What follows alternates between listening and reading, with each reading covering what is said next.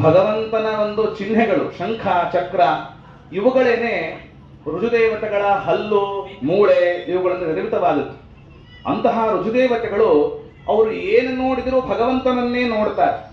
ಅದಕ್ಕೆ ವಾದಿರಾಜ ಗುರುಸಾರ್ವಭೌಮರು ಜೈನರ ಮಠಕ್ಕೆ ಹೋದಾಗ ಅವರಂತಾನೆ, ಜೈನರ ಮಠದವರು ನಮ್ಮ ಮಠಕ್ಕೆ ಬರಬೇಕು ಅಂದಾಗ ವಾದಿರಾಜರಂದರು, ನೋಡಪ್ಪ ನಾನು ಬಂದ್ರೆ ಅದೇನಾದರೂ ಬದಲಾವಣೆ ಆದ್ರೆ ನನಗೆ ಗೊತ್ತಿಲ್ಲ ಅಂದ್ರು. ಯಾಕಂದ್ರೆ ವಾದಿರಾಜರು ನೋಡೋದೆಲ್ಲ ಭಗವತ್ ಪ್ರತೀಕವೇನೆ. ಯಾವಾಗ ಜೈನರ ಮಠಕ್ಕೆ ವಾದಿರಾಜರು ಹೋಗಿ ಜೈನರ ಒಂದು ಜಿನಮೂರ್ತಿಯನ್ನ ನೋಡಿದಿರೋ ಆ ಜಿನಮೂರ್ತಿಗೂ ವಿಠಲನಾಗಿ ಪರಿವರ್ತಿತನಾಗಿ ಬಿಟ್ಟ. ಅಂದ್ರೆ ವಾದಿರಾಜರು ನೋಡೋದೆಲ್ಲ ಭಗವಂತನ ಮೂರ್ತಿನೇ. ಇದೇನು ಹೇಳ್ತಾ ಇದೆ ಅಂದ್ರೆ, ವಾದಿರಾಜ ಇವತ್ತು ಪರಶುಕ್ಲತ್ರಯರ ಬಗ್ಗೆ ಪೂಜ್ಯ ಆಚಾರ್ಯರು ತಿಳಿಸಿಕೊಟ್ಟರು. ಪರಶುಕ್ಲತ್ರಯರು ಅಂದ್ರೇನು? ಭಗವಂತನಲ್ಲಿ ಯಾವಾಗಲೂ ನಿರ್ವಿಕಾರವಾಗಿ ಶುದ್ಧವಾದ ಚಿತ್ತವುಳ್ಳವರು ಪರಶುಕ್ಲತ್ರಯರು.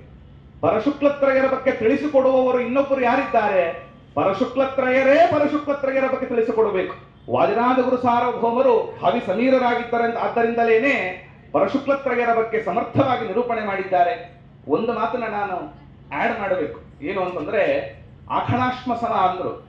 ದೊಡ್ಡ ಕಲ್ಲಿನ ಒಂದು ಗುಂಡಿಗೆ ಚಿಕ್ಕ ಚಿಕ್ಕ ಮಣ್ಣಿನ ಹೆಂಟನ್ನ ಎಸೆದಾಗ ಆ ಮಣ್ಣಿನ ಹೆಂಟಗಳೆಲ್ಲವೂ ಕೂಡ ಕಲ್ಲು ಬಂಡೆಗೆ ತಾಕಿ ಪುಡಿ ಪುಡಿ ಆಗ್ತದೆ.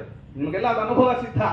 ಹಾಗೆ ವಾದಿರಾಜ ಗುರು ಸಾರ್ವಭೌಮರ ಋಜುತ್ವ ವಿಷಯವಾಗಿ ಇವತ್ತು ಅನೇಕ ಜನ ಏನು ಆಕ್ಷೇಪಗಳನ್ನ ಮಾಡ್ತಾ ಇದ್ದಾರಲ್ಲ, ಅದು ಪುಟ್ಟ ಪುಟ್ಟ ಮಣ್ಣಿನ ಹೆಂಟೆ ಎಂದು. ಆ ಮಣ್ಣಿನ ಹೆಂಟೆ ವಾದಿರಾಜರೆಂಬ ಕಲ್ಲಿನ ಬಂಡೆಗೆ ತಾಕಿದರೆ ಪುಟ್ಟಿ ಮುಡಿ ಆಗ್ತದೆ ಅಂತನ್ನುವುದಕ್ಕೆ ದೊಡ್ಡ ನಿದರ್ಶನ ಅಂತ ನಾವು ಸ್ಪಷ್ಟವಾಗಿ ಮನಗಾಣತಕ್ಕವರಾಗಬಹುದು. ಅಂತಹ ಭಾವಿ ಸಮೀರರಾಗಿರತಕ್ಕಂತಹ ವಾದಿರಾಜ ಗುರು ಸಾರ್ವಭೌಮರಿಂದ ರಚಿತವಾದ ಸರಸಭಾರತಿ ವಿಲಾಸದ ಒಂದು ವಿಷಯವನ್ನು ಆಧರಿಸಿ ಬಹಳ ಅದ್ಭುತವಾಗಿ ಆಚಾರ್ಯರು ಉಪನ್ಯಾಸ ಕಾರ್ಯಕ್ರಮವನ್ನು ನಡೆಸಿಕೊಟ್ಟಿದ್ದಾರೆ. ಅವರಿಗೆ ಅಭಿನಂದನೆಗಳನ್ನು ಸಲ್ಲಿಸ್ತಾ, ಈಗ ಎಲ್ಲರೂ ಕಾತರದಿಂದ ಕಾಯ್ತಾ ಇರುವ